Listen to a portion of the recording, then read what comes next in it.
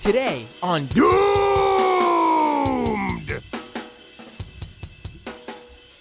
a shooting in Portland, and the mainstream media barely covers it.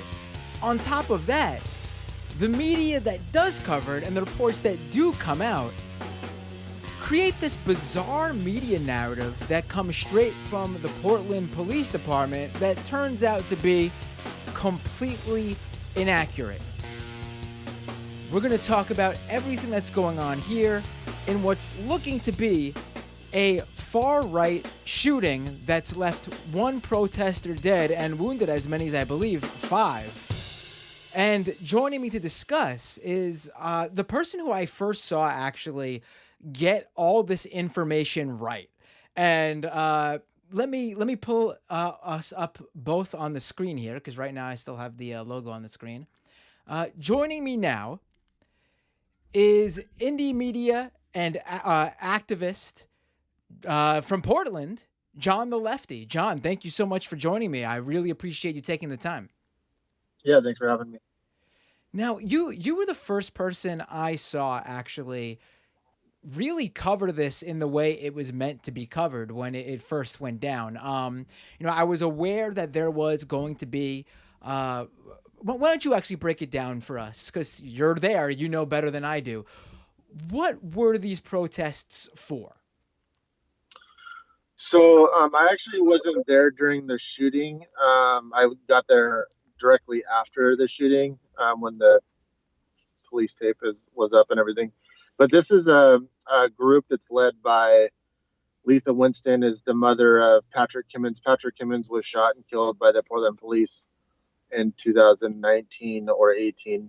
And she's been having weekly, sometimes bi-weekly marches and rallies since Patrick Kimmons was killed. So every once in a while she'll do a special event. The group is called JFPK, standing for Justice for Patrick Kimmons. There's a good group of people that organize those rallies and marches. And every once in a while, when something big happens, they'll do a special event. In this case, was in response to the killing of Amir Locke. So the event was going to happen in a park in Northeast Portland, starting at 7. And they had the incident actually happened really before the march even occurred.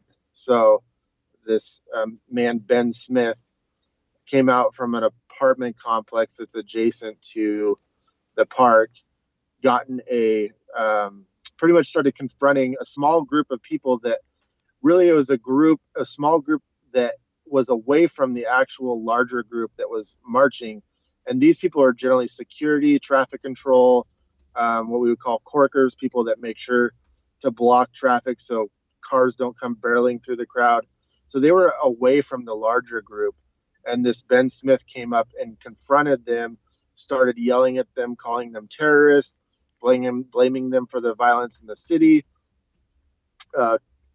Arguments went on. Somebody tried to get in between Ben and was really a couple small women, one of them being the deceased June Knightley that went by T-Rex, which is a 60-year-old woman. It was her and I think another small woman that he was, accosting. And when people decided to come in to try to, pretty much tell him, like, go home, get away, like, quit doing this, he then pulled out a gun and shot June in the head and then shot multiple other people right after that, before being shot back by one person that was armed, which neutralized him as a threat. And then police came a while after. Wow. I mean, first of all, I guess let's go through all of that because there's a lot there, and I'm glad you gave everyone that summary up front for anyone just tuning in and wanting to get the lowdown on exactly what occurred. For people who don't know, Amir Locke is the I believe he's 22-year-old man who was killed during a no-knock raid in Minneapolis. And you might have seen that video going around of him basically sleeping on the couch under a blanket, and the police come in. We have the footage of their body cameras, and they basically, he jumps up and they basically shoot him. And it's a horrific uh, video really it shows exactly how ridiculous these no knock raids are, and how the police are just able to basically come into your home without any idea of who's even coming in your home in the middle of the night while you're half asleep and don't even know what's going on.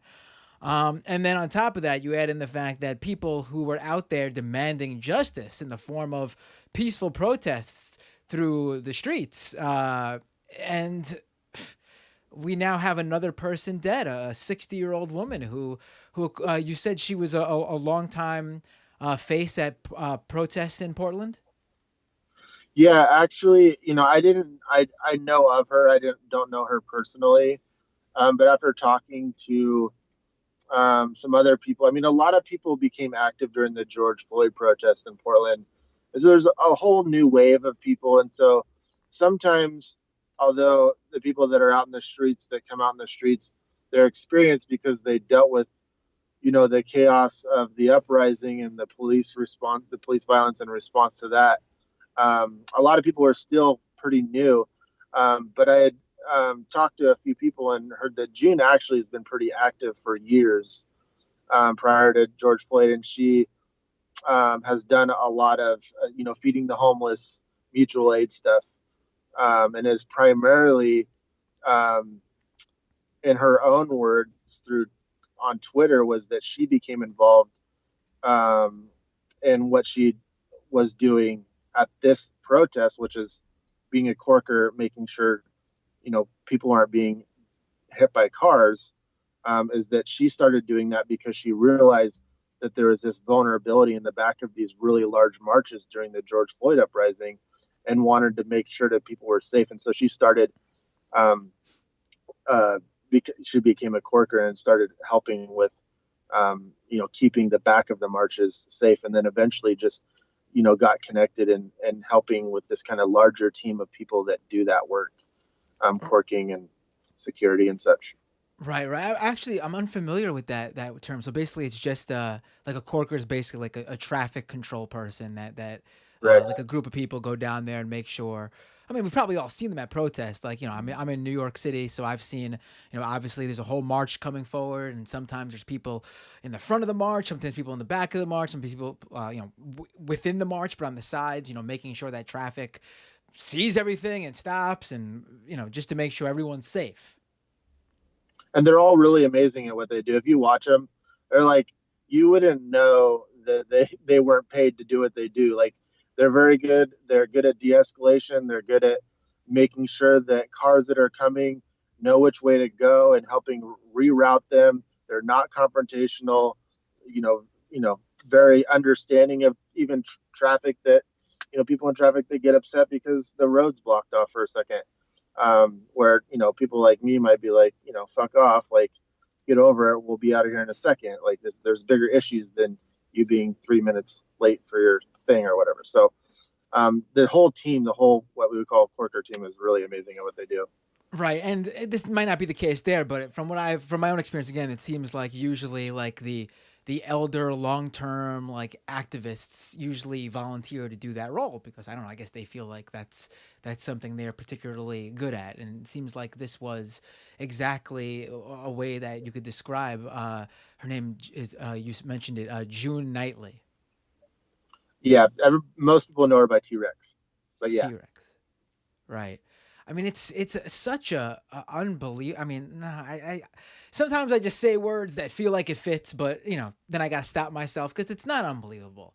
You described exactly what this person's, background is in terms of when I say this person, I'm talking about the shooter, and we know how the far right is exceedingly getting more dangerous, more violent in many respects. Even the U.S. government itself has said that one of the number one threats to the country are actually far right domestic extremists. And here we have this guy, Ben Smith, who you actually, again, you were the first person I saw to ID this guy.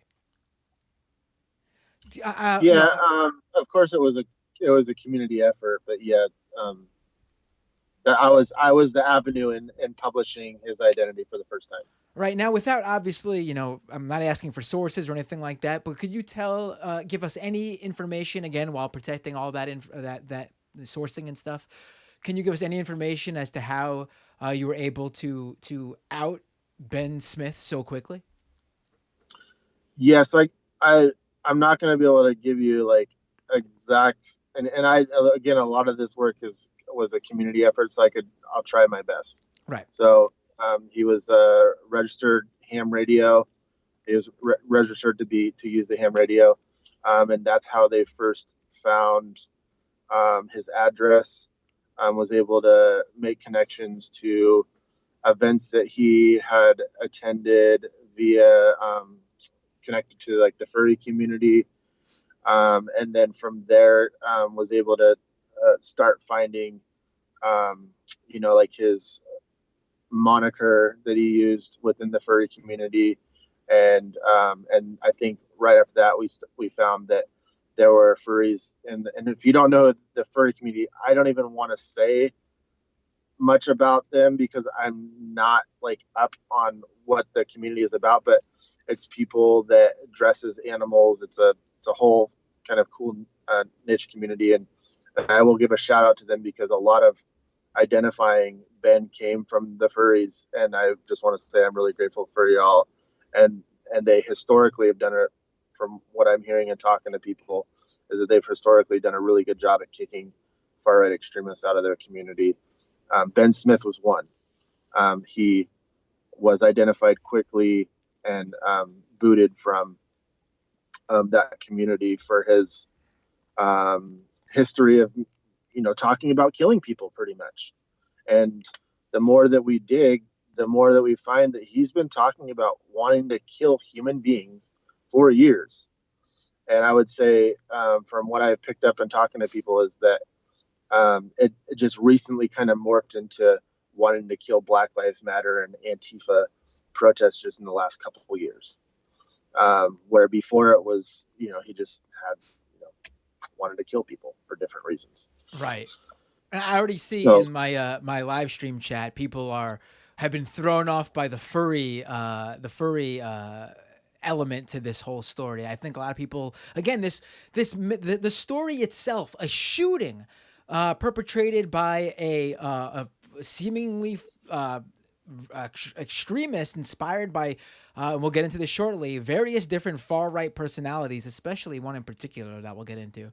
Um, and leaving protesters who were out there protesting for justice for a black man who was shot and killed by police.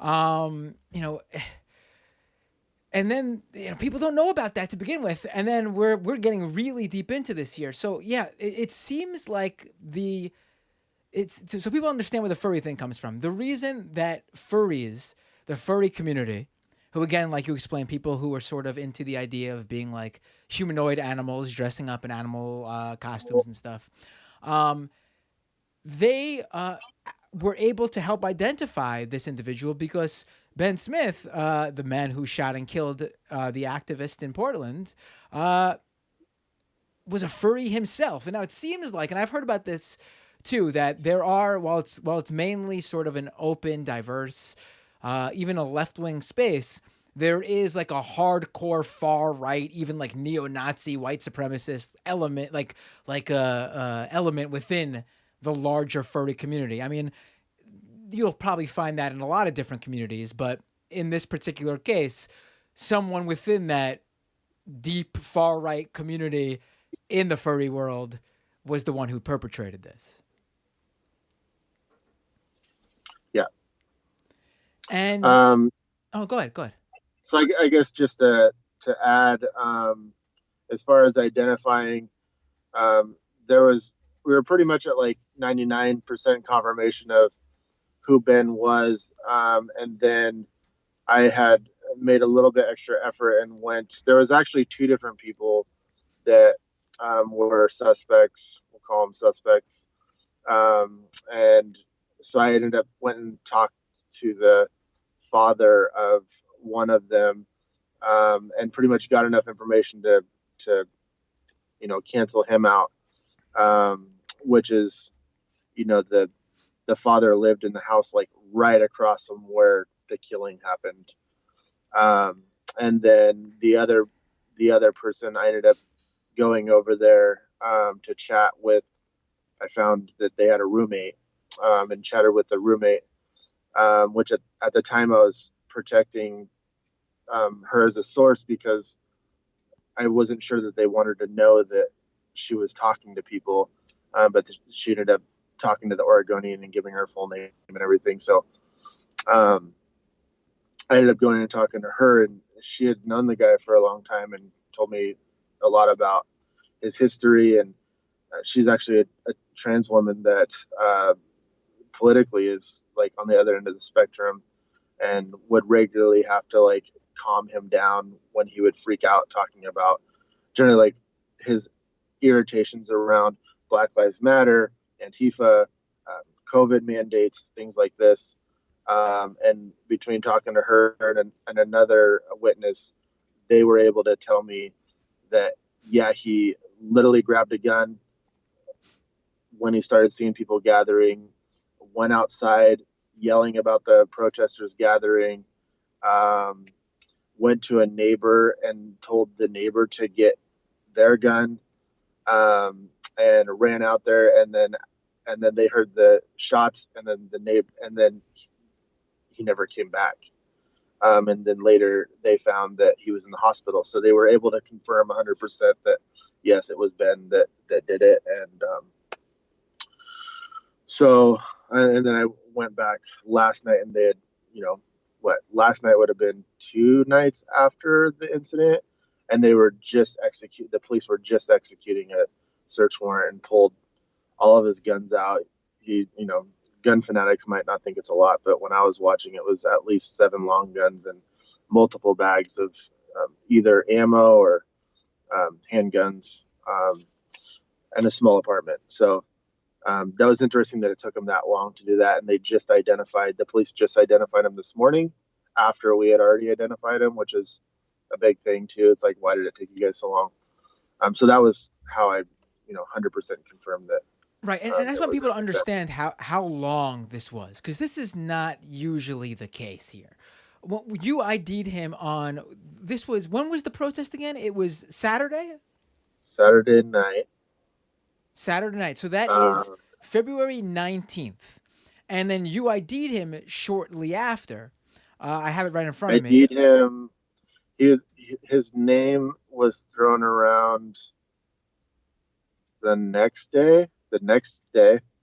And So that's the then we 20th. were able to fully confirm on 48 hours from the event, pretty much. So that was And then it was a whole nother day before the police identified, which is this morning. today, February 22nd. So that's Yeah, one, two, almost 3 entire days, full for 72 hours for the Portland Police Department to name this individual. Let me stress now, we're dealing with a mass shooter. We can just, I know as horrible as it sounds, people might hear one dead and they might think, oh, this is the same as like, I don't know, some sort of, could have been a personal dispute or something.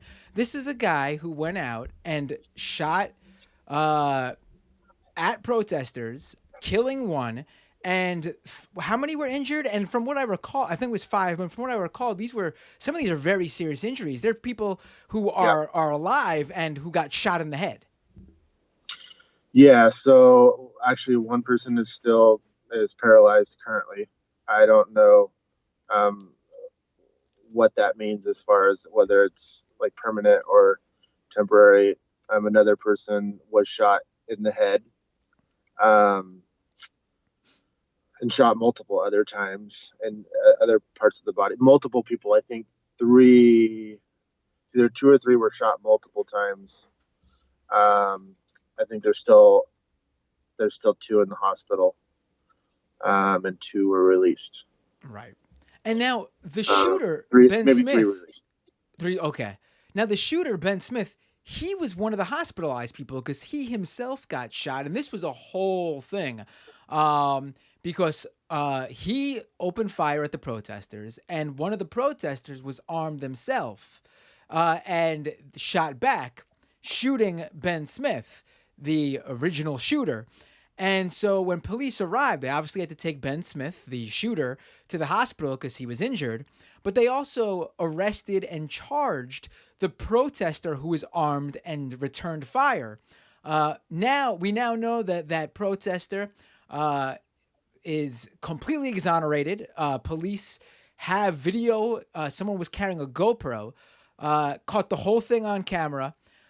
They were able to confirm that the protester who returned fire was indeed defending themselves and the protester, and their gun was legally obtained and carried, and all charges against that protester had been dropped. But the right, when they were trying to control the narrative to this story, were trying to act like there was something more here where the protester, where there was some sort of back and forth firing and the protesters could have possibly been the first to fire, and it was a whole big thing. And I believe even like people on the we'll get to let's get into him now. Andy No, the far right provocateur who fancies himself a journalist when he's anything but, he originally was spreading this news that the shooter was a black man, and then I think he tried to hint that the shooter that got arrested, who was the black guy, was actually the protester, trying to really enforce the idea that it was the protesters who were in the wrong. Can you break this all down for us and make sure I'm not getting any of this wrong? Yeah, so I don't know if the black man stemmed the black man it being a black shooter came from Andy. I believe that came from some other right wing sources, and that was just strictly based off of that there was somebody booked for murder too that was black, that was a 20-year-old man on the same night, 40 minutes from the incident. Anybody that knows Multnomah County knows that once somebody's arrested, the time that it takes for them to be booked and actually on the website takes generally multiple hours, if not a half a day, depending on what's going on. So us that pay attention to stuff like that knew that that wasn't the person.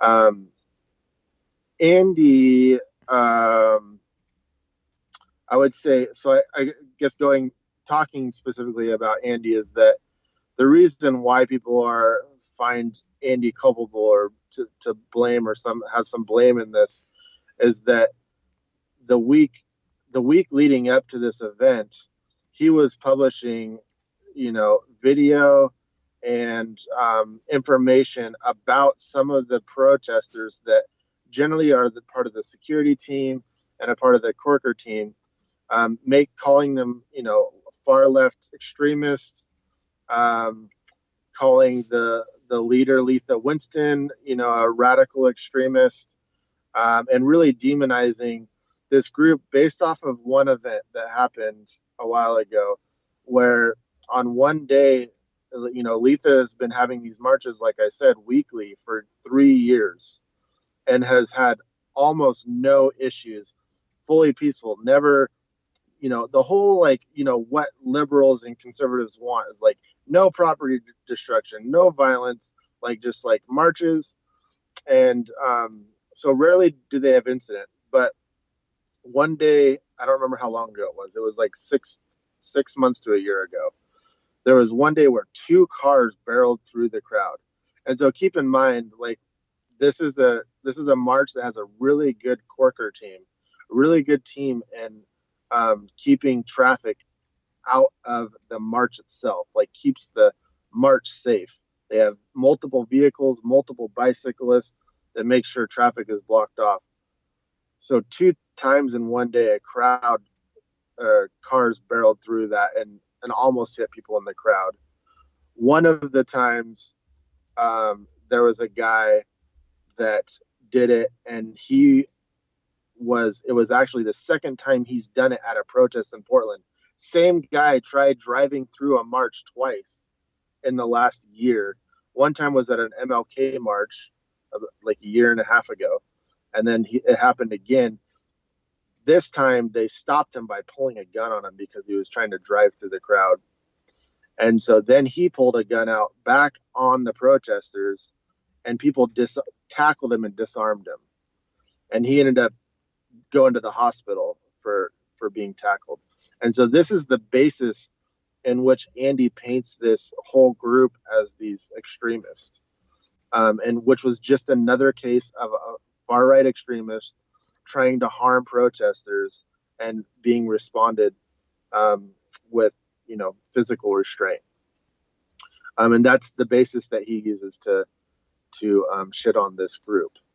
And so there was a video that somebody captured of their security team, and their security team's armed, always armed.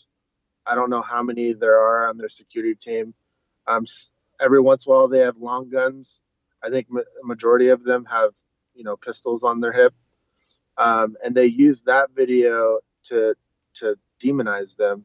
And Andy was putting that out and saying they had a protest coming up. Watch out for these violent far left extremists.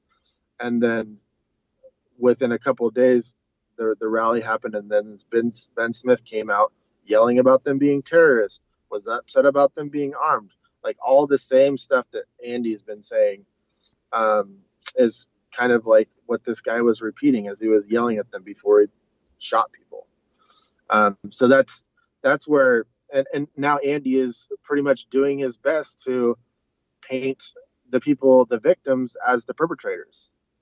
And it's a really losing battle for him, but he's still trying. He's, just in the last couple hours, he's been retweeting things to continue to try to make the victims look like the bad guys. Right, right. And obviously, this sort of rhetoric comes from a number of far right actors, everything you just mentioned. So, maybe Ben Smith could have heard this from other, online right wing personalities who also are like Andy No. That's what people might be saying. However, uh, individuals such as yourself, after IDing Ben Smith, found that, in fact, this Ben Smith guy seemed to have been a pretty big Andy No fan. At least he was. Andy No specifically looks to be one of the few right wing figures that this guy followed on various different online platforms. Yeah. So the only thing that we've found for sure is that he's a follower of Andy on YouTube, but also one of the couple people that live in the apartment complex with or lived with Ben Smith in that complex had stated verbatim he's a big Andy No fan. So we have people that actually know him that have made this report.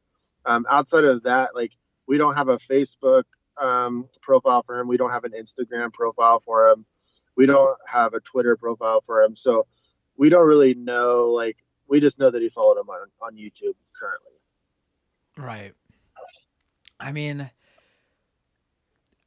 I'm someone on I'm in New York, so I'm on the left coast, and no, I'm on the right. No, what am I saying? I'm on the right coast. You guys are on the left coast, and so I have been very lucky to avoid Andy No in my every day when I go out to events. There's no Andy No presence there, and I think people who don't live in, on the West Coast and haven't been to protests in, for example, Portland, might not quite understand just how pervasive the Andy No, not just him, but his followers and the people who believe in what he says and end up showing up to counter protest, how much they've affected really all these different protests going on over there, it seems.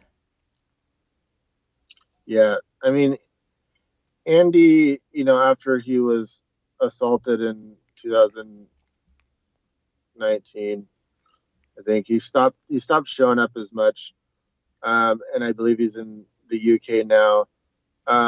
That's one of the other frustrating things is that he has really gained a lot of following over the last couple of years by, you know, spewing his propaganda around the George Floyd uprising and being looked at as this like on the ground reporter. I could be wrong, but I was out at like almost every night at those protests, covering those protests. And as far as I know, Andy No showed up to two protests the whole time. So he's not somebody that actually knows what's going on the ground. The last time he was assaulted again by a small group of people in Black Bloc, and he um, was in Black Bloc. He showed up in Black Bloc. He was wearing a Black Lives Matter flag around his shoulders, and people spotted him and chased him down and tackled him. Right. Sucks, but like that my point is that that was like the second time that he was out in Portland. He's not somebody that's actually on the ground knowing what's going on. Right. That's if I mean that's not surprising, but it's also interesting how he's continued the facade that's like because if you're someone who's in the UK and you want to report I should put around quotes on these protest events and you're no longer simply covering things from your on the ground perspective. You think you just cover a swath of areas. Like, why isn't Andy No fixated on protests that happen in New York City every day? And I wonder if he's just trying to continue the facade that people know him as being this West Coast right wing journalist guy, and if like him just reporting on that stuff, in his opinion, keeps that mindset that, oh, Andy must be on the ground there. We know that's where he lives. You know what I mean? Like that is really Yeah, interesting to me. I never even considered that because he doesn't talk about anything that happens protests elsewhere in the U.S. It only seems to be yeah, around like I guess Portland and things popping I guess in elsewhere in like California or Oregon or Washington. yeah. I mean, he reports on all over the place, but I would say probably 90% of the time it's Portland. Right. And so now let's. I really need to do a full on episode about Andy No because there's much more to go into. But let's move on to Yeah, the final thing I wanted to talk about. One last thing, if you have a few more minutes. sure. Um, the this to me was the most egregious thing I've ever seen because I truly had to wonder what is the relevance here. And there's so many ways that they would try. There's so many ways they could use this label, this title, this framing to sort of make it seem like the shooter, Ben Smith, was in the right. And knowing what we know now, it's even more bizarre. When reports finally did come out, local media, I saw Reuters, a number of media that actually did cover this shooting started framing this as, I think the Reuters headline was something like, "Homeowner clashes with protesters in Portland." Homeowner. That's how they Yeah, were framing Ben Smith, and I've never seen that before. I guess, and maybe it's happened before, but I've never seen that, especially where um, it's not something that occurred in the man's home. This wasn't like a break-in or a fight or a scuffle that happened on his front porch or something. right. This happened blocks away from where he lived, and we now know he wasn't even a homeowner. But even if he was, what the idea? I mean, I'm trying to consider why they would put this forward. That I don't know, a homeowner is somehow more of an upstanding citizen. They have more stronger ties to a community than a dirty renter or tenant. Like I'm really trying to understand. It's such a bizarre framing. Yeah, and I'm sure you know this, but the framing, the terminology came from the Portland police, Right. and that's that's an issue that we have, especially with like our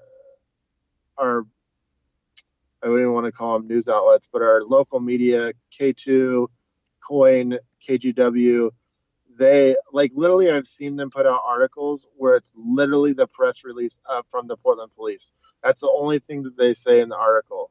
Like they don't dissect or even push back against what the police say. They just literally will copy and paste. And it's one of the frustrations that we have. And so that's what happened there. And then once some local media says it, then the national will repeat them. So yeah, I mean, the homeowner thing is, I mean, a lot of us are, whether it's intentional or not, it definitely like helped paint this picture that it's a like quote unquote responsible homeowner that like obviously had to have not been the instigator. And so then we found out, not that it makes a difference, that he's a resident in an apartment complex. There actually aren't even really any homes in that area. They're almost all duplexes and apartments, which is also interesting. They also, the Portland police definitively made a statement that he doesn't have political affiliations, which we could argue might be technically correct because, yeah, he's not a Proud Boy and he's not a member of Adam Waffen or anything like that. But he definitely has been a part of a community of people that are constantly politically talking about committing violence against, people that they disagree with. So it definitely was politically motivated. And I would also not argue if somebody said that he has political affiliations because he was a part of a very small group of far right furries. And again, I want to make clear that that small faction of furries does not represent the community as a whole. But there definitely was some affiliation there, and they Right. were booted. They tried Right. to have a convention, and the furry community was like, no, there's not going to be any Nazi. They call it the Nazi Con. It was a convention that they tried to having with it was where it was just primarily far right folks. So that that was a lie, and now they're saying things like they believe that evidence was taken from the scene, but in the press conference today, there was we asked questions about like what evidence do you have? Did you see somebody take something? Do you have video of them taking something? Where is this coming from?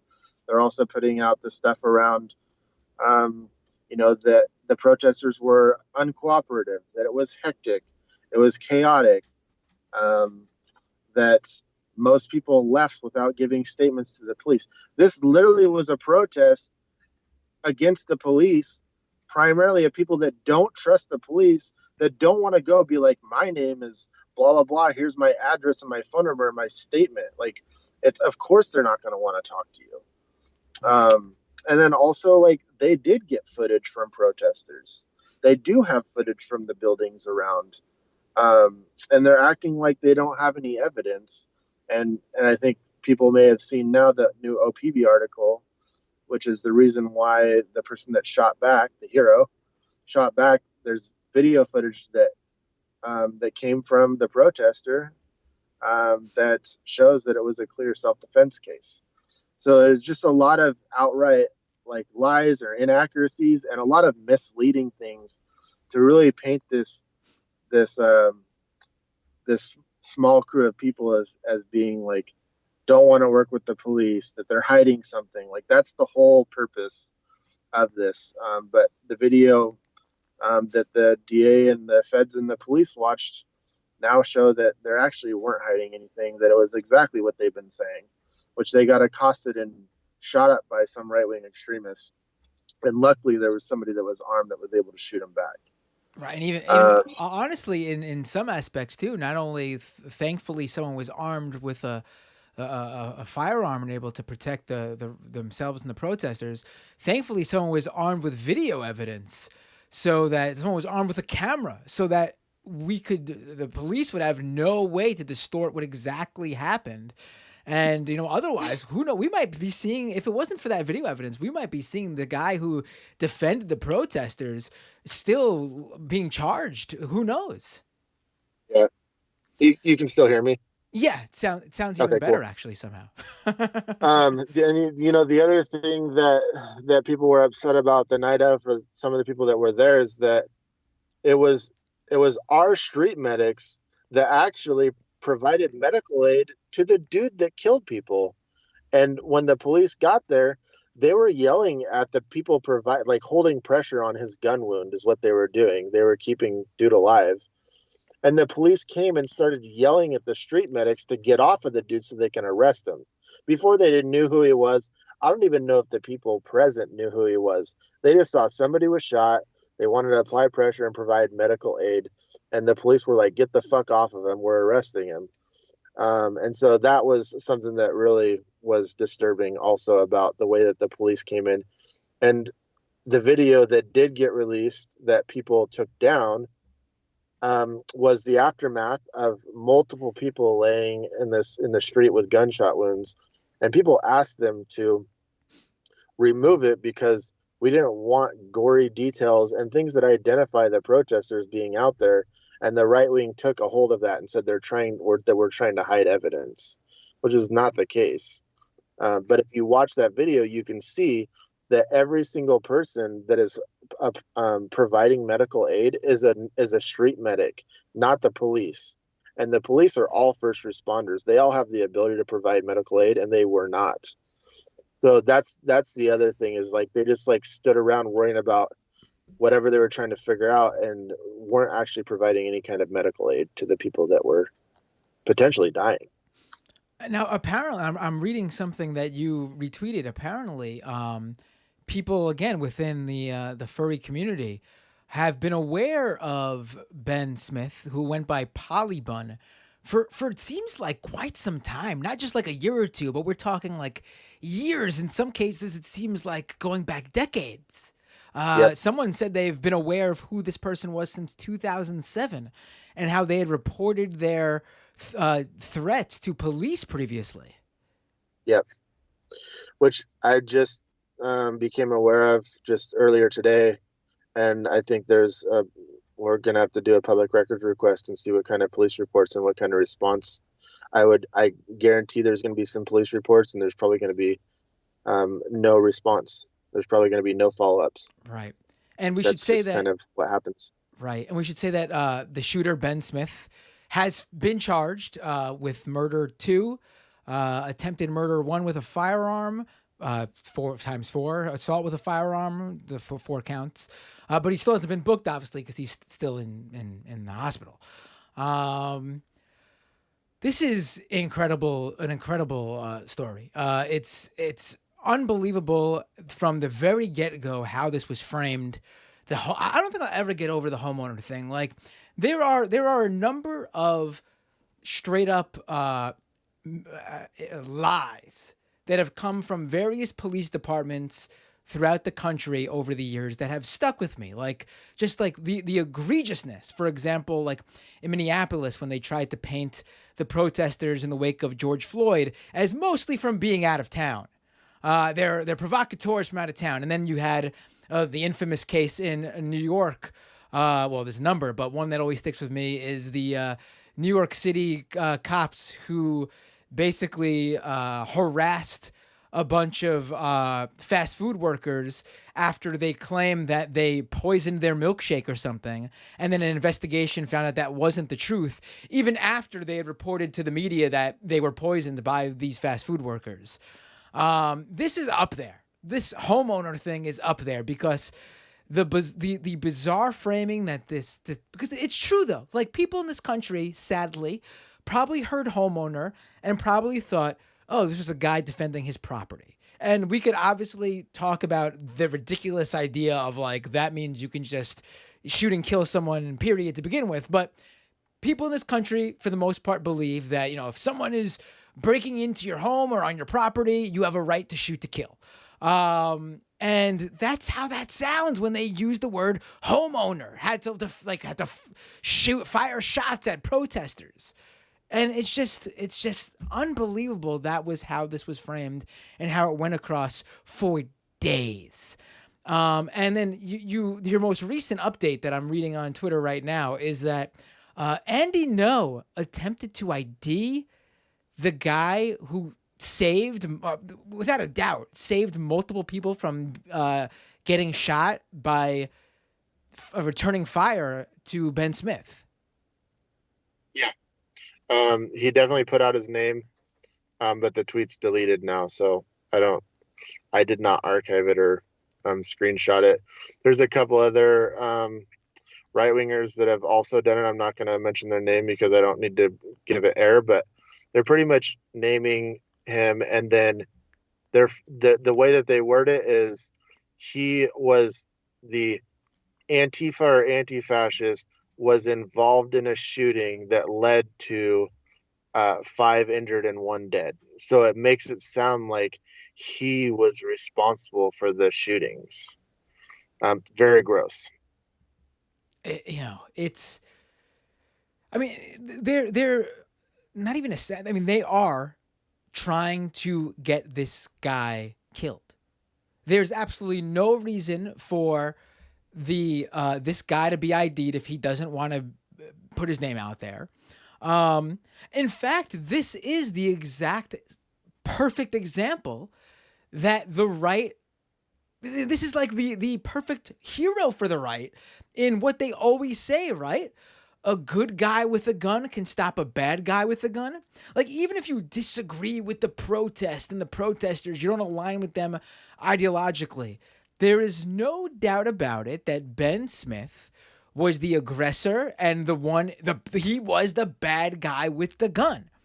And this unidentified protester who was legally carrying a legal firearm, according to the Portland Police Department, who've dropped all charges against him, this is their perfect. This is their savior. This is the exact, like, the NRA should be using this guy's example to continue to say how every household should have a gun. But of course, that's not going to be what's happened. I mean, all the shows that have been inviting Kyle Rittenhouse on so they could go and talk about what a great guy Kyle really is. I mean, they should be trying to reach this guy or girl. Ben Smith was also a big fan of Kyle too. Oh, makes sense. Of course. Of course. But do you think we'll see Tucker Carlson try to reach out to this protester and, use him as a great example of a good guy with a gun stopping a bad guy? Of course not. But, that's, it really, things like this really lift any veil that's still in any, it's not even a veil anymore. There's not even a see-through curtain anymore. I mean, it's as transparent can be what people like, Andy Ngo and the guns rights people on the right are all about. And, it's really extremely unfortunate that this poor woman who went by the lovely moniker T-Rex lost her life over simply being on public streets. Like, they weren't even they weren't even agitating anybody. They were literally starting a peaceful march down the street. And this guy just had a problem with them being there. Wasn't even his neighborhood. Wasn't even in front of his home as a homeowner. Like, unbelievable. Is there anything else you'd like to say or add, John? I really appreciate you joining me tonight this last minute. That's everything I could think about that's important off the top of my head. I mean, I guess the one thing that I will say is that it's going to be interesting to follow the details of kind of how things unfold as far as on the Portland Police's side, because they're making claims and accusations that I feel I would put money on that are going to show to be inaccurate. So just paying attention to that, things such as they know that evidence was taken from the scene. It's going to be interesting to see like what unfolds around that. And then just like watching their response. And I mean, the other thing that a lot of us are like, why did it take 3 days? It's really abnormal for them to take three days to identify just a shooter in general, let alone a mass shooter. And me being somebody that gives the police more benefit than they should get, I'm thinking like maybe like, because we're pretty sure this dude's on his deathbed. We know he's in critical condition. So maybe they're thinking like he might die and they want to see if he dies, and then they'll notify next of kin and then they'll release his name. That's what I'm thinking, right? Maybe that's why they're holding off. But then we put out his name and he's still in critical condition. He's still in the hospital, and then they release his name. So like, obviously my rationale that I had is not true. So why, and we asked today, why did you take 3 days to release his name? They did not respond to the question. They avoided it. So we still don't know the answer to that. And they're also saying that they're not releasing the name of the victim because they haven't talked to the victim's family. Why have you not talked to the victim's family? It's been 3 days. You know who the person is that died, that was killed. Why have you not made contact? Have you contacted the family of the shooter? Like, have you guys done anything? So that's a huge frustration. Right. It's from every aspect of this is truly fucked up. I mean, Yeah. from the what happened, from who the shooter is and who he was clearly inspired by, the people on the right, such as Andy Ngo, who are still spreading straight up disinformation about what happened, while at the same time trying to get the activists on the ground who helped in the situation literally personally harmed. And the police role, the framing of this, how the media didn't cover this, and the media that did cover it just lapped up the police narrative straight up without even really just doing any due diligence. Like, I mean, I could see not knowing what was going on and trying to parse what was going, but I can't think of a single reason for them to have used the term homeowner. It's just it'll be something that will forever frustrate me. Yeah. Independent journalist and activist John the Lefty, thank you so much for joining me at the last minute. For people who don't know, I reached out to John. He saw my message literally as I was about to go live, and we were able to make this work. I can't thank you enough for getting back to me and joining me down to the wire here. Please let people know anything you want to plug, whether your any site you have with your work or Twitter account or other social media profile. Please, the floor is yours. Yeah, you could follow me on Twitter, John the Lefty. It's JOHNN, so two N's, the Lefty. And I would love to shoot you over some links of way to financially support those of them that have been injured and June that has passed. I don't know that off the top of my head, so it would be cool if I could shoot that over to you later. Maybe you could spread the word. Yes, And then absolutely. on Facebook, it's Full Rev Media or Full Revolution Media. Same on YouTube. But yeah, You send me those links, and for everyone who's listening, whether it be to the live stream or the podcast that'll be released shortly after, the links to where you can donate will be in the description of the show, and I'll also share them on Twitter. So definitely check that out. Thanks so much for joining me tonight, John the Lefty. Have a great night. yeah. Bye. Bye. All right, folks, we are going to open up the phone lines in a minute. I will take calls. I really wanted to cover this because I could not get over that homeowner thing. It was so frustrating to me.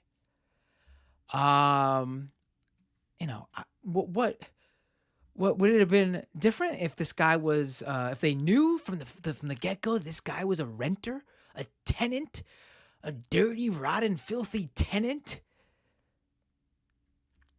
Does a tenant not have a right to their home? And again, that's not even what happened here.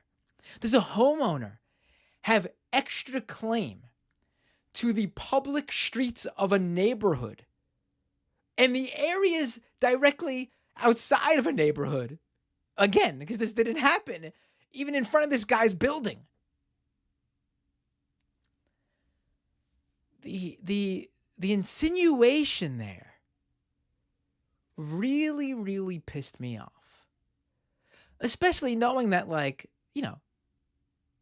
who is a homeowner nowadays? The vast majority of people of my generation and younger are not. Are we all going to be automatically seen as our lives slightly worth less? At the very least, worth slightly less? Because we don't own a home? So bizarre. And obviously this is a show that covers the far right and all the different worlds that surround it, conspiracy theories, misinformation, and this story just ticked so many boxes that I needed to get on this. No one was, obviously, there were a number of outlets that jumped onto it now recently over the past day or so. But I wanted to talk with someone who is on the ground and knows the scene there. And, you know, John, again, my guest tonight was the person who identified. He's the first person who went public. Now, again, he credited a number of people who helped him with it, but he is the person who first went public with Ben Smith's name.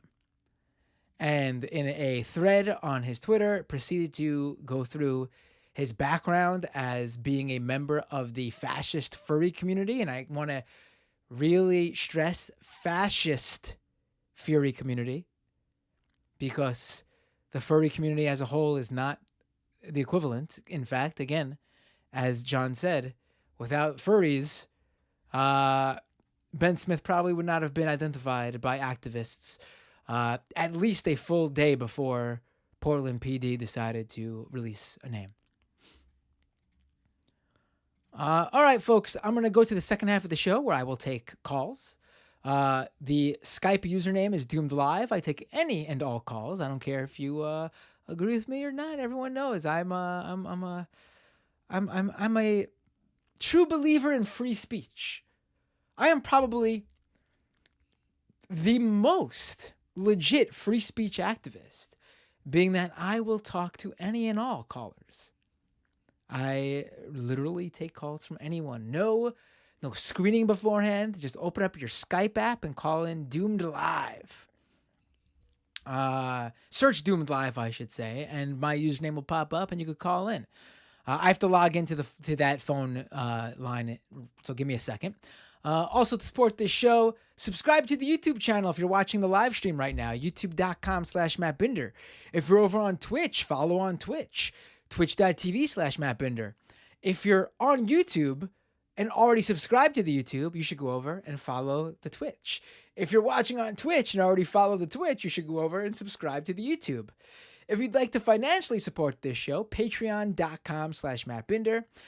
You basically support all the work I do, Doomed, and also my new show on the world of cryptocurrency, NFTs, and Web3, which I've called Scam Economy. Scameconomy.com for all the links to that show. It's been getting rave reviews. I've been getting a lot of invites to go on shows. I was on Busy Phillips's podcast 2 weeks ago, talking about Scam Economy and breaking down crypto for Busy Phillips.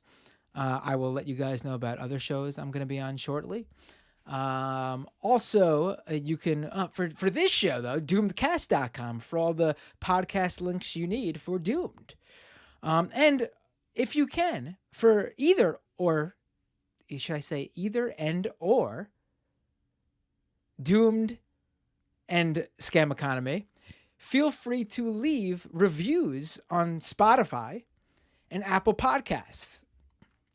I can tell you from Scam Economy's time on those charts, those reviews help shoot these shows up those Spotify and Apple Podcast charts, which in turn help people discover the shows, which in turn gets this content in front of a larger audience. So thank you for that. And did I say patreon.com/MattBinder to financially support this show?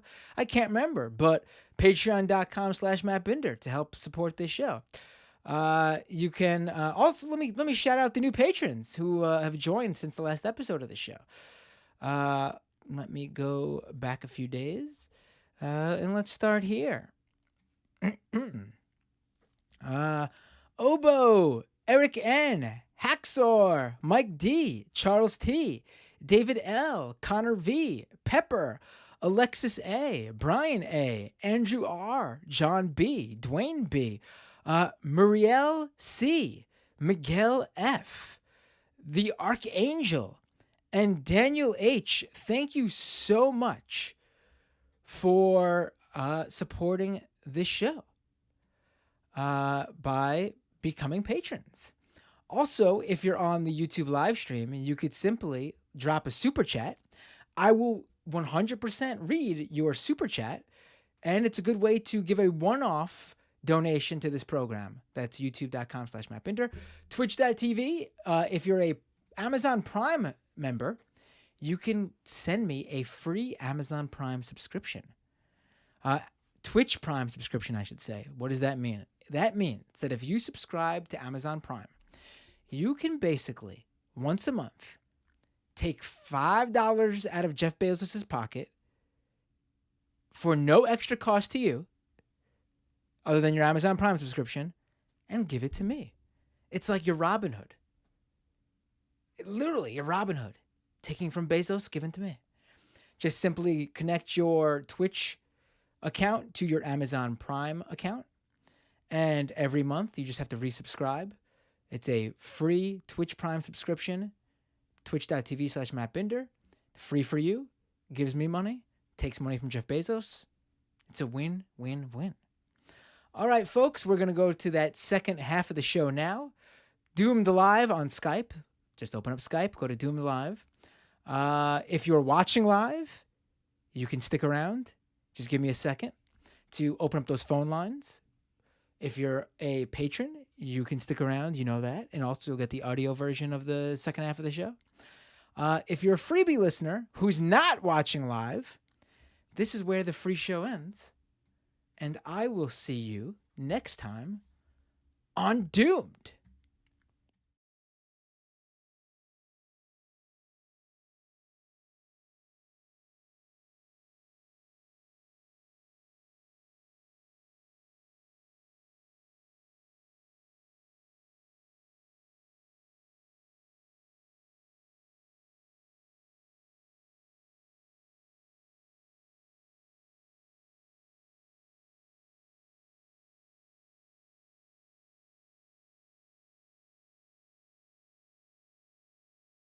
All right, we are back. Forgot to turn my mic up.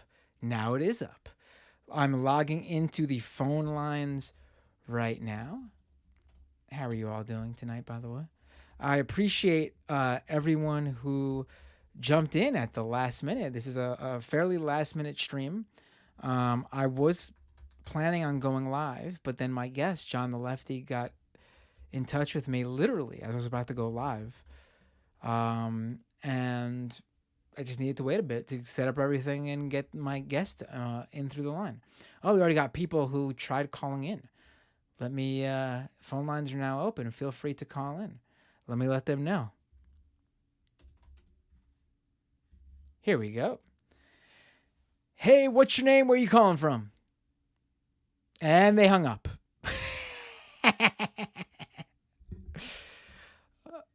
Calling back in. Must have been a technical difficulty. Hey, what's your name? Where are you calling from? Hello? Hello? Uh-oh, there's some sort of technical difficulty here. I don't think it's on my end. Hello? Oh, there you are. Hello? I hear you now. All right. I'll have to call, try calling back in a minute. We got another caller. Hey, what's your name? Where are you calling from? Matt. Yes. Hello. Zach from Tennessee. How you doing, man? This is Matt from Tennessee, you said? Zach from Tennessee. What's up, brother? Zach from Tennessee. Sorry about that. I'm doing good. That's all good. How are you? Well, I'm doing pretty good. I was just calling to talk about living as a, lefty blue guy in a very red, crazy area, Northeast Tennessee, like Johnson City area, which is about as red as it gets. And the transformation that I've seen in the last 5 years, partly due to Trump, which is reflected in the types of vehicles you see on the road, the huge trucks, the bumper stickers, the flags. You've seen those memes on Twitter that kind of compare ISIS to these white folks with their trucks and their huge flags. Right. I mean, do you ever think about that and how hard it is to be like a person like me? I'd love to be able to get down and do some protesting, even though I'm 43. I'm the father of one. but it's just not happening around here. You can't. There's not a scene. There's if you go out if I go to a protest, it's like me and two other guys or two other Right. people. I mean, do Right. you ever think about that? I've wanted to call into Majority Report, but I've never been able to really kind I of will manage say that that. I will say that I do, and I especially think about that when and you see this unfortunately with a lot of like you know you know like your basic libs who like to sort of write off red states as if like everyone in that state is like a hardcore right winger or a conservative or something. And when they're just Right. like, let's just cut them off, or this just they should, let's just split the country. They start agreeing with those ideas that right wingers put forward that like, we should let the coasts have their own country, and we real Americans should Yeah. form our. I mean, because just look at when just look at you. I mean, even if you're just into electoral politics, just look at Yes. the voting population and how those votes come down. I mean, we look at states who are red states where like, it might be like 60-40 or something. There's some that are even like, even closer, like, 50-40 and but still we're Hmm. looking at 30-40% of a state that does not agree with the right and you want to write them off? You want to just say screw those people? I think that's a horrible way to look Well, at things. And that is truly what I my, go ahead. yeah, I mean, it is a struggle. I don't mean to. I'm sorry, I didn't mean to cut you off, but it is hard to think positively when I see most of these people that with the trucks. I mean, these are $75,000, $60,000 trucks emblazoned and festooned with "Don't tread on me" uh, license plates, which are vanity plates, which you pay extra to the government for, which is very ironic. They Right. pay extra for the "Don't tread on me" Well, that goes to this. plates, That and it goes to the state, and we're all about states' rights. right, exactly. Well, I always say if you want to talk about states' rights, you better live in the right states, as you're Mm, seeing. As you're seeing here, and I mean, I credit myself with that that's a little good one. I phrase. I like think it's that pretty one. clever. As you're seeing in Florida with the "Don't Say Gay" bill, and then here in Tennessee with all the book burnings and bannings, and our state legislature does absolutely nothing for the people. We're one of 10 states, I believe, left that still has not accepted the Medicaid expansion, and it is just violence against the people when our politicians refuse to take those social benefits just out of spite. And it is hard. It is brutal to the soul. And I wish there was a better way to put things, but it just seems like maybe it is. When I hear about writing places like where I live off, I'm kind of like, yeah, we're kind of gone, because I see young guys walking around here with Confederate jackets. I mean, Confederate flags everywhere.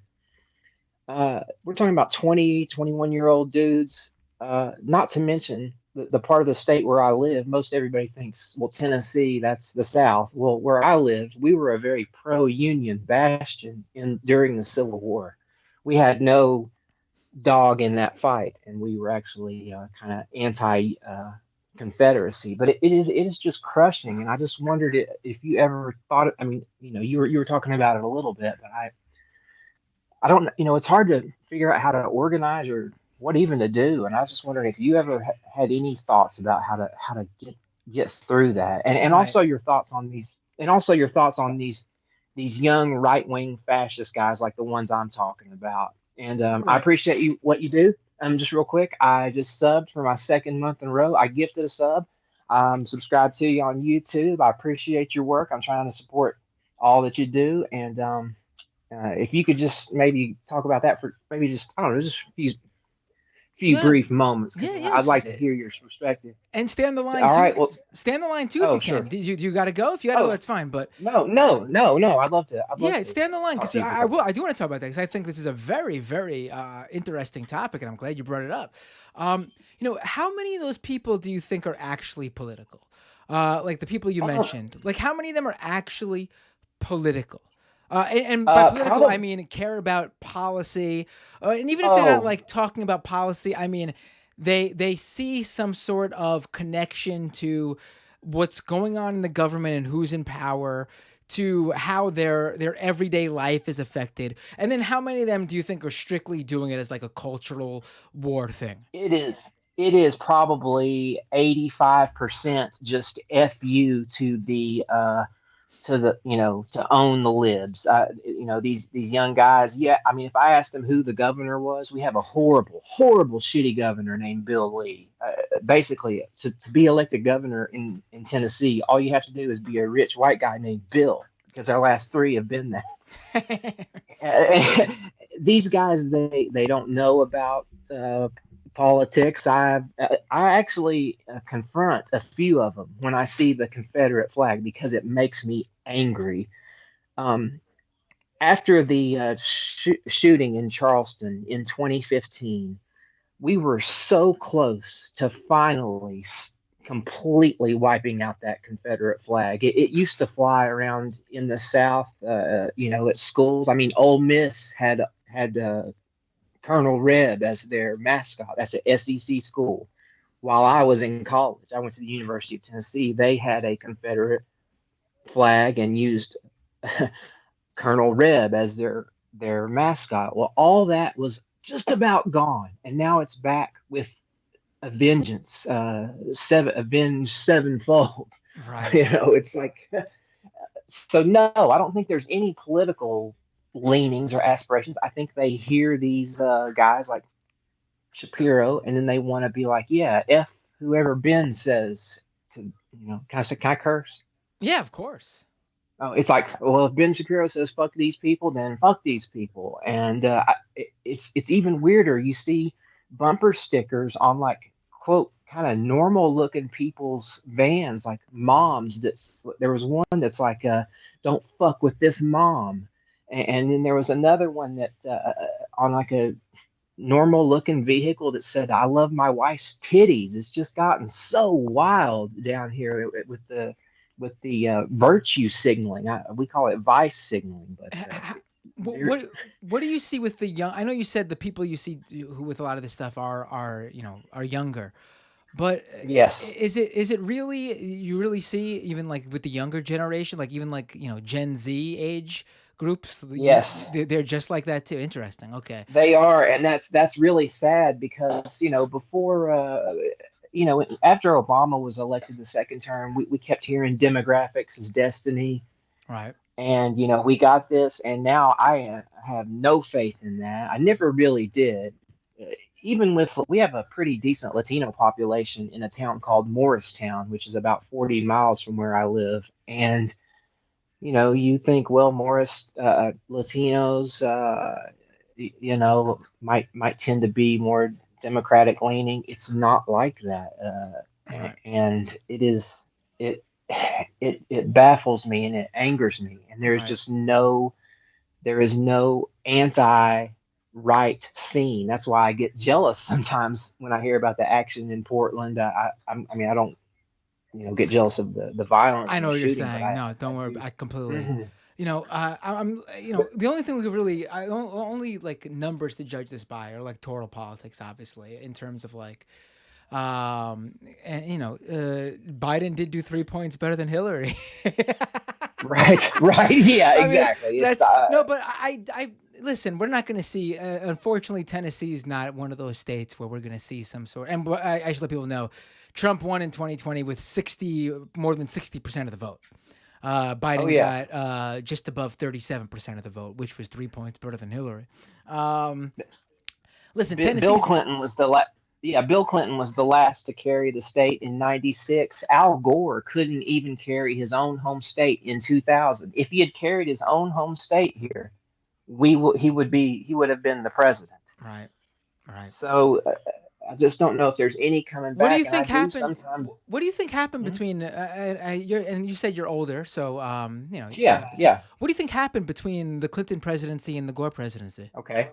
I know exactly what happened. Go ahead. Bill Clinton got elected in 1996. I think he got 52% of the vote here in Tennessee. That same year, Fox News started. It's pretty one to one. And you add that to the population that was already driving around listening to Rush. Of course, in the late 90s, we started to see our factories maybe move away, although there wasn't much. This area had been kind of hollowed out in the 80s due to Reaganomics. The idea that NAFTA killed everything is a little bit overblown, but I think that's the number one correlation because Interesting. you go from and also it just the I think the FU culture, own the libs culture started around 1998, 99 when Bill got impeached, and a lot of the quote moral majority got their panties in a wad over his blowjob. Right. That's Right. it's sad. I thought you were gonna go down. I think you're right on the money, but I thought you were gonna go down a slightly Go ahead. different route and talk about how Clinton's policies affected probably smaller, I guess, more rural towns in Tennessee. No, actually, I know you won't believe this, but the last term of Clinton was actually pretty good for where I live. There was money given to people for different types of scholarships, Hope scholarships. They money was pumped into workforce development programs. I know you guys on the MR hate public-private partnerships, but those actually thrived in the late 90s and kept this area alive for until the mid aughts. I mean, it gave a lifeline to what was hollowed out during the Reagan years, Reaganomics. Right. And so people didn't really think about it in that way. It was just this hatred of course.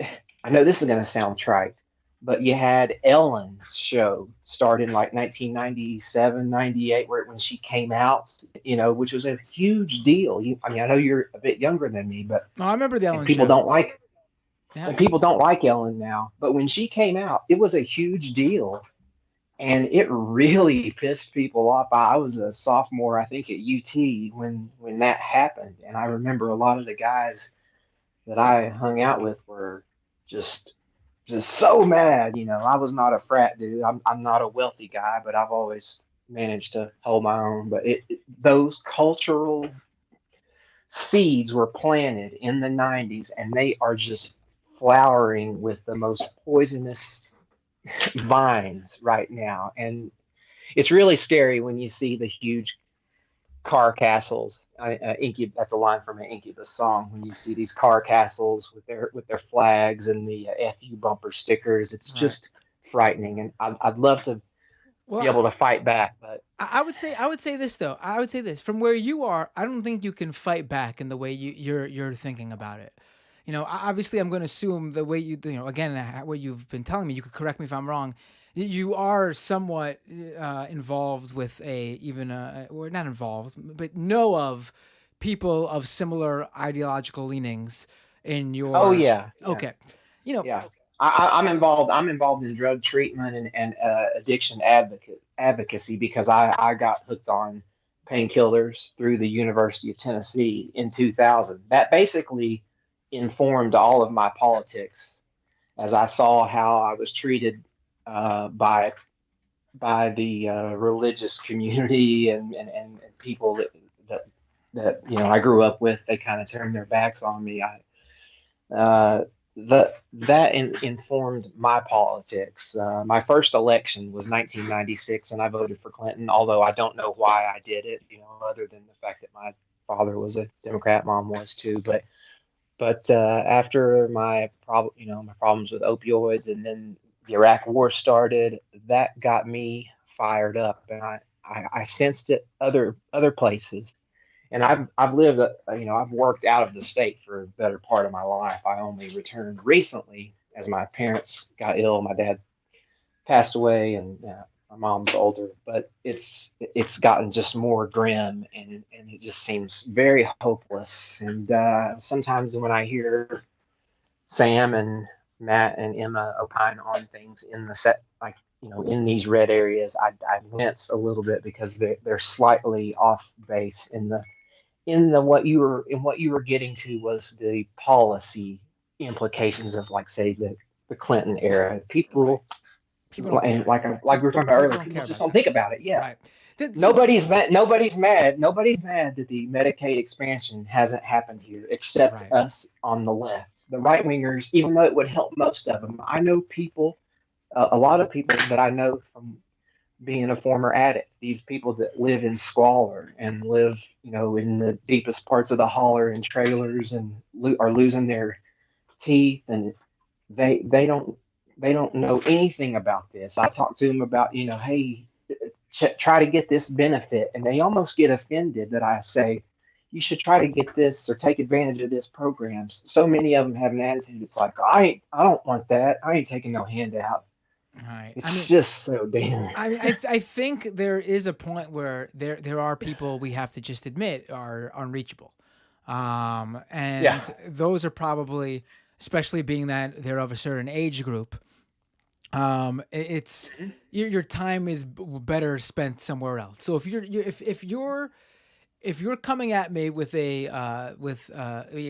Matt, what's a strategy, a way I can get more people in my area in Tennessee to understand Mhm. that they're to their own benefit, they more align on the left than with the right.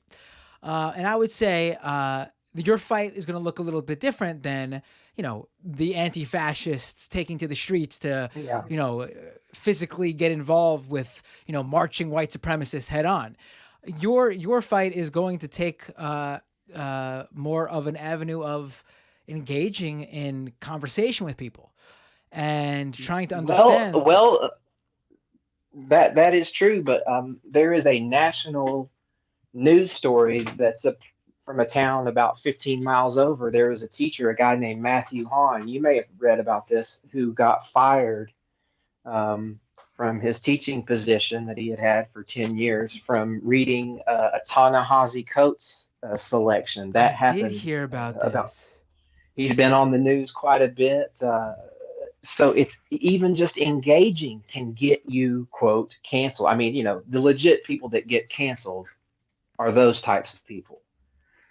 Right. I mean, I'm I not. would say engage on their level. Like, I know but think about it. Like, all right. The best way I could get across this is with an analogy. Mhm. And I've used this analogy before, but I think you might not have heard it. Years and years Yeah. ago, the first time I ever debated anyone in a public setting like this, on a live stream or online or whatever, was back in the early days when I worked on the Majority Report. It was like 2013 or 2014. Young Right. Matt Binder in his 20s debated Paul Elam, who was like one of the foremost, like he was like the biggest face of the men's Yeah. rights activist movement. I saw And that.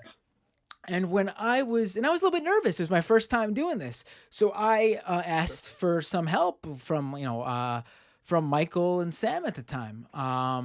And talking with them, Yeah. they were like, they were giving me some ideas on, like, you could go at him with this, and this, and like bringing up like sort of like feminist theory, like Critiques. talking points Yeah. and things about how, and like bringing up how like feminism is actually something that's not just for women. It helps put everybody on equal All of us. footing, and these are all points I 100% agree with, totally.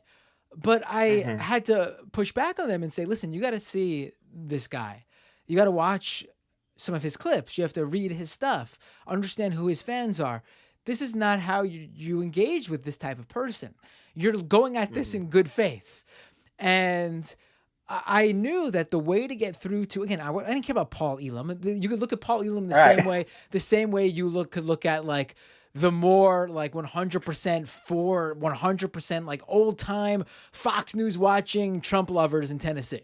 You're not going to get through to Uh-huh. them. They're not who you're after.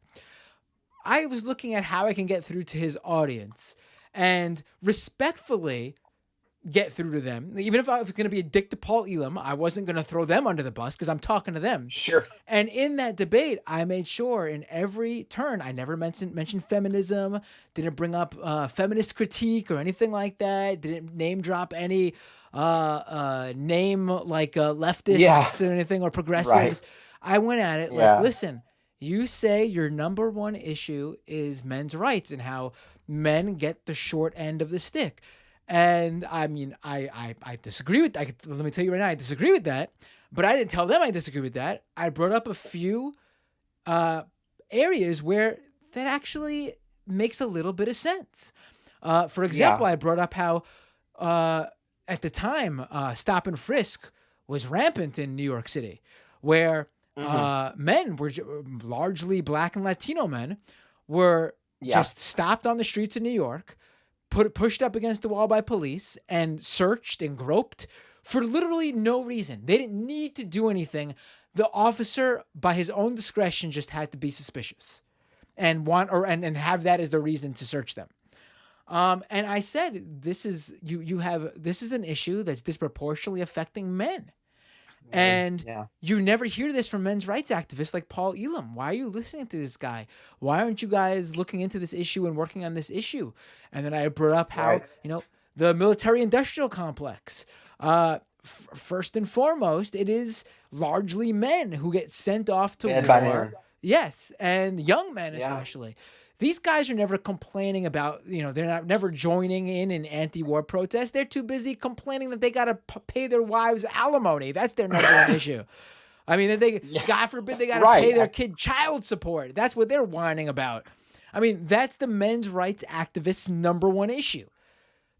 And I'm like, but these things, you never hear your boy, Paul Elam, talking about. Why aren't you guys getting more into that? Why don't you question why he doesn't care about that? And listen, I don't know if I changed any minds in terms of turning men's rights activists into like people who looked into stop and frisk or became anti-war activists, but it definitely worked in terms of the cracks showing in Paul Elam for them, because on their forum, they were talking shit about how bad Paul Elam did and how he looked terrible for the men's rights movement. Oh yeah, they were like, "Why are we following? This guy's embarrassing us. Why are we following?" Yeah, right. Yeah, little things like that can get through to people, and I didn't need to sell them on leftist, leftist ideals. You'll get there. You'll get there if people want to get there. But if you can just get the cracks in there on how and listen, I know you like Trump because he says a lot of shit, but how has he helped you? Like how has a Trump presidency helped you? And listen, there's a lot of problems with the Democrats too, obviously. It'd be a lot easier to sell the Dems if they actually materially benefited people's lives in a more substantial way. But listen, I can tell you that as a father of two who makes enough to have been who makes under the amount necessary to have been part of that child tax credit program. Biden gave me an extra 500 some odd bucks a month, and the Republicans and Joe Manchin and Kristen Sinema's inability to not inability, because that makes it seem like they tried. Their inability to be human. Yeah, inability to be human. There you go. That is an inability. They purposely be empathetic and be human. Right. They purposely fought for that to expire.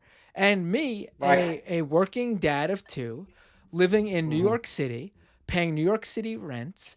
We are a one-person income because childcare costs just as much as someone going off to work. So it makes more sense for their mother to stay home and watch them. That extra $500 a month was quite substantial for us. And, all my complaints for Biden, I still attack him on those areas where I could criticize the whole Democratic Party. But at the same time, that's the party that gave me those tax benefits, those credits. So, I mean, on one hand, you got a party that sucks and gives you little. On the other hand, you got a party that sucks and not only gives you less, they give you nothing and actually want to take more from you. So, I mean, it should be pretty simple who you support. That is actually our strategy. We know we're not going to win a congressional seat. I'll leave. This will be my last point because I don't want to take your. I know I've taken your whole time, which I really appreciate. No, I mean, We have a I thought congressional rep. this was a fantastic conversation, and I'm Oh. so glad you called in because I think I don't know how many uh, basic bitch libs listen to this show. I might, There's maybe just probably me. I don't know. probably But mostly either yeah. leftists or people who maybe not consider themselves leftists, but are probably more politically involved than most to know, that you shouldn't write off an entire state just because they are a red state that has a Republican voting majority. I mean, in Tennessee, you Hmm. got 37% of people who voted against Trump. That means Hmm. 37% of Tennessee you just want to write off and say they don't matter. I mean, it's fucked Right. up. I would never do that. I think about that 37% of Tennessee, not specifically that 37% of Tennessee, but that percentage of every red state all the time. In terms of Yes. like, you can't just say fuck them because what do you do Right. about Well, those good people who live in those states? I live close to Asheville, which is an extremely, I mean, it's kind of trended wealthy, but it went very hard for Bernie. I'm sure you know Asheville. That's kind of like a pretty well-known bastion. They used to call it the East Coast San Francisco, but Asheville is a very progressive city. It's about 50 miles to my east, and there should be two Democratic congressmen from that area, but the way they have it drawn up, Madison Cawthorn actually represents Asheville, which is the leftmost city in North Carolina. It's so messed up. Our plan here in East Tennessee, Northeast Tennessee, is to kind of troll our Congress member. Her name's Diana Harshbarger. If that ain't a great name for a right wing member of Congress, is just to go to any of her reelect events this year and say, what have you done for anybody in Tennessee other than to help author legislation that stops things from happening? That's really our only thing that we have right now. So I hope we can build on, you know, some of the cracks, and I try to turn on as many people as I can to MR and your show Doomed, and of course crypto's a little the scam economy. I've just taken a real liking to that, Oh, but thank you. I want to. I we're want to. good. I want to We're stress good. to people, and I've seen some people say this, and I want to really stress here. People credit me for being really early to a lot of things. I was on top of GamerGate Yeah. before Oh yeah. most. I was, and I still, no one's proved me wrong. I have the first podcast that critically, the first podcast episode that critically looked at QAnon. Uh, Did Sam push back on you on that at first? I just wonder. I'm no, curious no, as a no, no. fan. Did Sam? I just wanted to make sure there wasn't any other because there were a bunch of much more popular podcasts that came out later, and I love them. I'm not talking shit about them, but I want to make it Right. clear to show what a terrible promoter I am too. To talk shit about me. I was before all these podcasts who are now making tens of thousands of dollars a month, and I'm not Hmm. making tens of thousands of dollars a month. No. Well. So I suck at promoting. Let's put it that way. But I was first on that shit. I wasn't the first to Yeah. cover QAnon. Obviously, I had someone who wrote about QAnon on that first episode, but it was the first Right. podcast to talk about it. And I'm pretty sure, if the guest I had, Will Summer, was the one of the first Hmm. I think he was one of the two first people to write about QAnon critically. I was probably Yeah. then the third because no one was to cover it on any medium because no one was talking Especially about in the that shit. especially in Yes. leftist areas. I mean, your critique and recognition of Gamergate and the massive consequences that it had. I mean, it can't be understated. That's why I'm just saying you So seem to be very good at catching these things, and and that's why I was wondering if, like, when you started diving, and I know he's even said this, that Sam was like, well, why are we talking about this? But I think it's great that you have have had the wisdom, and that's why I kind of listened to you, because I'm hoping to get some wisdom to work in these hard red, hard right spaces, Matt. And I just want to We make it all clear though, appreciate. I wasn't saying that all to like fillet myself or something. I was saying that all to No, bring up I the idea, to bring this to point out. I just want to get this point out so everyone knows why I brought it up. no. Uh, As guys on crypto, Chapo say, it's just true facts stated. I mean, crypto. it's just true, and we appreciate it. Thank you. I And appreciate it. But I, crypto is going to be I'll, crypto if it's not already. It's going to be. I know it is already. What am I saying?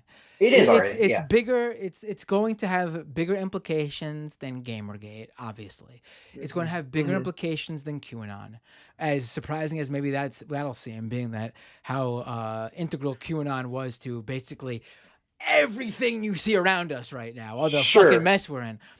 This is gonna be, I think, a lot worse if it Well, isn't already. QAnon Again, didn't. so definitely. QAnon didn't have ads on the Super Bowl. Crypto was half of the ads on the Super Bowl, so it's insidious. The celebrity buy-in is makes it dangerous for your average person who's a Larry David fan, and they're like, "Oh, I think I will invest my small amount of disposable income Right. because Larry David's a harmless guy. He couldn't be for anything that isn't at least fun." So I agree with you, and it can be very dangerous, and it could have really bad repercussions for people. I mean, it's like trading stocks and options. If you're not covered, you can just absolutely No, lose it all. it's even worse than just the financial investment aspect, because there is a whole culture around it that really wants to take over everything. And they really want your entire life to be based upon how much you can spend on an item to basically show off and could have basically dibs on showing that you have ownership over. It's a Yeah, culture. It's a culture that wants to monetize, not even monetize, commodify every right. aspect of your life. And when you add in the ideology behind a lot of these people, and there's a thread basically that really showcased it for me. There was a guy who said, "Listen, I've been meaning to write this for 6 months about how we have a right to transact, a right to take Yeah, part in sure. transactions in this in this it's a basic human right to transact. I've been meaning to write this for Hmm. 6 months." But the whole Canadian trucker convoy inspired me to really fight for it now and let you. I mean, mask off right there. You had Right. It's that's really what gave you that push, right? That really what gave you the push. Bullshit. right. Bullshit. Yes. Bullshit. Your ideology is right there in that same world. You could disagree with Justin Trudeau all you want. Yes. How many people every fucking day in the US I can attest to civil asset forfeiture by the fucking cops. And you Oh never man. cared about that shit. Never cared. Much more money on the Mm-mm. line from everyday regular, mostly actually, not even everyday regular people. Literally, the people who have the least of the least get caught up in that shit. Never once were you inspired to write something about how crypto can save those people. Thankfully, though, we don't want those good people to get involved in crypto so they lose even more of their money. But that's not what inspired you. What inspired you was the fucking right-wing trucker convoy protests by the Yeah. petite bourgeoisie, the fucking trucker business owners. That's the one Yes. that The inspired hot you. tub Get the the hot fuck tub out of owners here that with you. stormed the Right. Capitol. Right. This that you just Well, happen to want to write that in there. Give me a break. yeah, it's not too hard to kind of suss it out. Just well, this will be the last thing. It's one irony of living in an area like this where there are few. I worked as a stockbroker and a financial advisor from 2002 when I graduated till about 3 or 4 years ago. Where I live, there are not a lot of great opportunities. Most of these right wingers here, they all are cops or they get jobs working for the county and as like the county clerk, the county trustee, the road superintendent. These are all right wingers who are allegedly anti-government, but they all live and have their lifestyles based on government funded jobs. And that's where I'll leave you tonight. And I appreciate you letting me talk for so long. And sorry to everyone else. I didn't mean to No, I think everyone will monopolize your agree that time. it was a fascinating conversation. I really appreciate you calling in. And please feel free to call in anytime. Thanks, Matt. We'll check you later, bro. Have All a good right. You night. guys be good. Hmm. All right, I'll take maybe one or two more calls. Let's see. Let me. Ooh, we had some people on the line who just hung up. I'm not gonna play any clips. It's late enough. I had a clip or two. I could get to them another day. Let's go to. Oh, here we go. Hey, what's your name? Where you calling from? Hey, it is Kowalski. Oh, Kowalski, and on the feed, and looking like wrong video. Where's this? Here we go. You're up on the feed now. Look at you, looking like you wearing the majority report. Yeah, I just got back from the gym, and I was like, you know what? The Doom audience needs to know that I rep this at the gym. So, yeah. There you go. Not sure if it's much of a political statement, but yeah. I need to get some Doom merch so you can rep that at the gym too. That would be good. Now, the reason I'm calling in is because I'm mad at you. Uh-oh. So I reached out to you on the old Twitter DMs. Oh, did you? I missed it. Where is it? Have yet to get a P.O. box for your T-shirt. Oh, I don't have a P.O. box. I got to get you. I'm going to give you my real address, buddy. I should get a P.O. box, but I don't have. It's no big deal. That would definitely be you. a lot safer. Yes. But yeah, I wanted to do that. Also, this has more to do with scam economy than anything else, but I'm not sure if I'm going to be able to keep watching it because it is making me very, very upset with how terminology is being used. I didn't spend 4 years at the university studying finance, econ, all of that to see so many people be like, hey, man, you can like leverage an asset and get money instead of going through the bank. Right. It's like, yeah, we figured that out in the 1600s, bud. Right. They really think they've invented so many things, and they've invented nothing. Well, that's not true. They've invented ways to do things you can already do, but less efficiently. Yeah, that's basically it. I mean, it's like everything. This is the symbiotic result of geek culture merging with jock culture because the jocks didn't have anything to do and they don't fully understand what they're doing now that they have access to the internet. Right.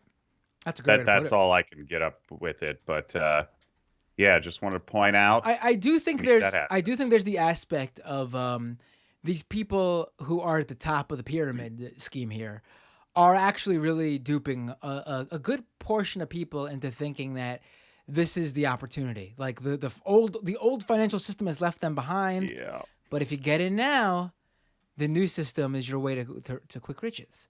And we know how that works. Every time someone promises you the quick riches that the old system can't give you, it means quick riches for those at the top, just like the old system.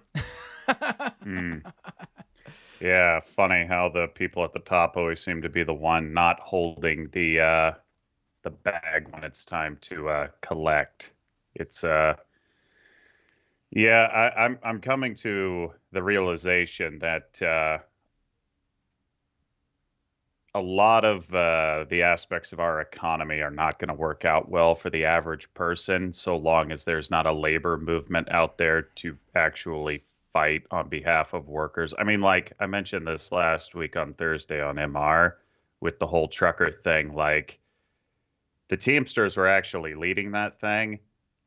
Those guys would be getting, what they've actually been complaining about for the last 10, 15, 20 years.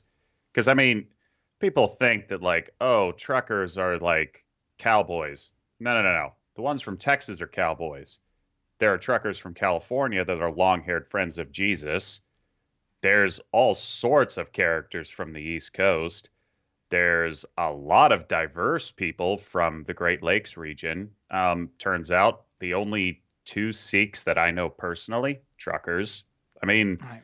they're a really like diverse group of people. So yeah, I I don't know. I feel like a lot of people are just being duped by a lot of this media stuff that they're not fully understanding. It's You know, and I think we just need more organizations, really. I think a lot of people don't even really, because I see it because I'm in those worlds online, and I don't think people really come to the conclusion here that when when the media puts something out there, any media, whether it be right wing media, mainstream media, good, media that's regularly good but gets something wrong, when they do that, that is the beginning and end point for the vast majority of people into whatever the story is. Truckers, a crypto story, some local shooting, anything. That is the story they consume, the story they consume on it. And whatever is the narrative, whatever is the final conclusion of that one story is going to be all they take in. Corrections, updates later on, debunking. Well, I mean, like what literally just happened in Portland. Right. Like with my entire friend circle, I'm going to have to explain this whole situation to them now. Right. And if that they is didn't going have, to be frustrating. And if they didn't have you, they would continue throughout the rest of their life believing whatever they heard first from Andy No or Reuters or whoever purposely or mistakenly fucked up this story. Because that is the vast majority of people's entrance into this stuff. Like I've been meaning to do a video on this. It's really crazy. I should get to it. And this is an apolitical story. It simply was a big. Bob Saget recently died, and the way he died had people questioning it. And you have a lot of conspiracy theories about what went on there after this, but that's not even what I'm going into. When he died, all of a sudden there was a spread of some of his aristocrats material, along with the jokes from his Comedy Central roast, like back in like the mid 2000s. And there were a lot of jokes about the Olsen twins then. And there was a legit thread being spread on Facebook, especially, that was seriously saying, and a lot of people believing it, that Bob Saget was a pedophile. There has never been any claim whatsoever from even the Olsen twins or anyone in his orbit that anything other than Bob Saget was a stand-up guy. Never anything that I've ever seen. No rumors, nothing. Yet someone decided to put together this montage of clips and insinuate something in their like headline with this video. It went viral, and all these people I'm still seeing it, think Bob Saget was a pedophile. Just bullshit just spreading like that and nothing being corrected. And it doesn't even matter, because it doesn't even matter if it's debunked, because people are not going to believe it because they'll never see it. It's the most bizarre shit I've ever seen. And it just shows, I guess, how easy it is for misinformation and straight up bullshit to spread. And that's all people will see. They'll never see the Olsen twins coming out and saying how much they loved him, and the what's her face who played DJ Tanner saying how much he was the nicest guy she's ever met, and she worked with him when she was a child. Bizarre shit. Yeah, I normally don't follow celebrities, but actually I remember that roast. That was actually a really funny one. People should watch that. Some of those old Comedy Central roasts were pretty good.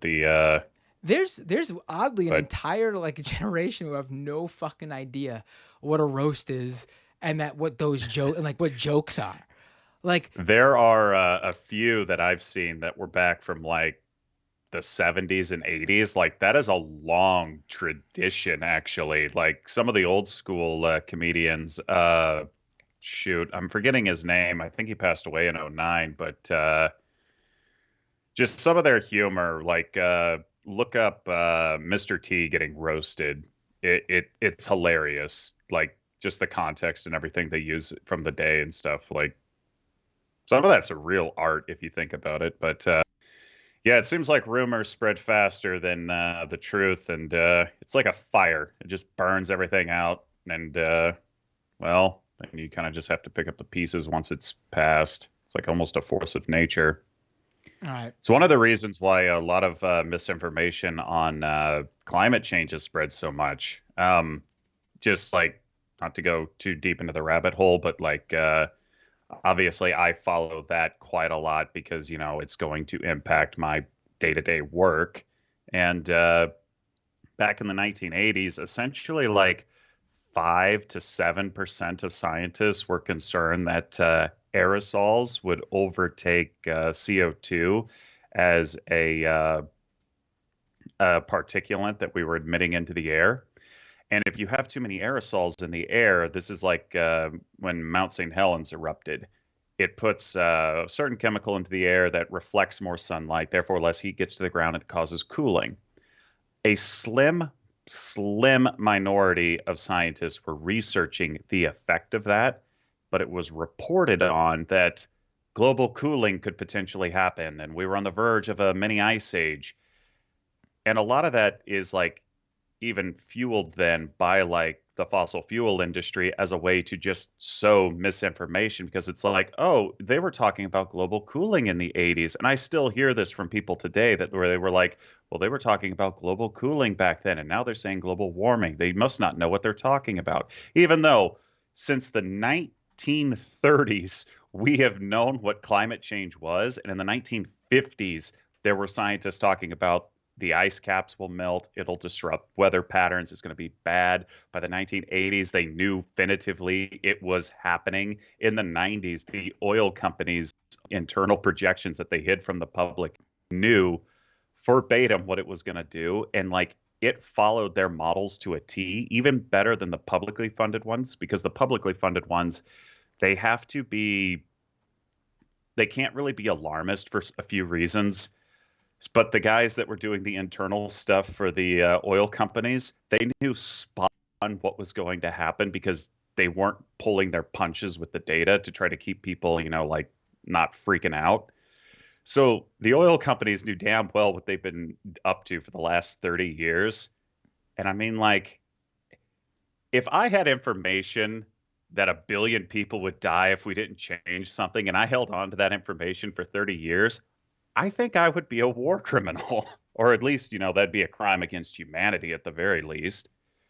But like that information gets out and people who see an interest in it keep peddling it. And I mean, you spread misinformation like that, you can keep the public distracted with all of this bickering back and forth. I mean, not the biggest into conspiracy theories, but just white noise in the background is enough to keep a lot of people, not focused on the real goal. Yes. Oh, exactly. Exactly right. So, well, I will leave you with that because I'm not sure where else I'm going to ramble off to. No, it was good, Kowalski. Thank you so much for calling in. Yes, and I will respond to your DM one. too, by the way. All right, or I will call back in very angry. Well, definitely call back in, but not angry. Oh, yeah. All righty. You have a good night. You won't want to see me when I'm angry. Is that what you're going? Yeah. Oh yeah. When a farmer gets angry, walls break. And yeah. Have a good night, Kowalski. Have a good night. All right. I will take. It's getting late. One more call. Let's see.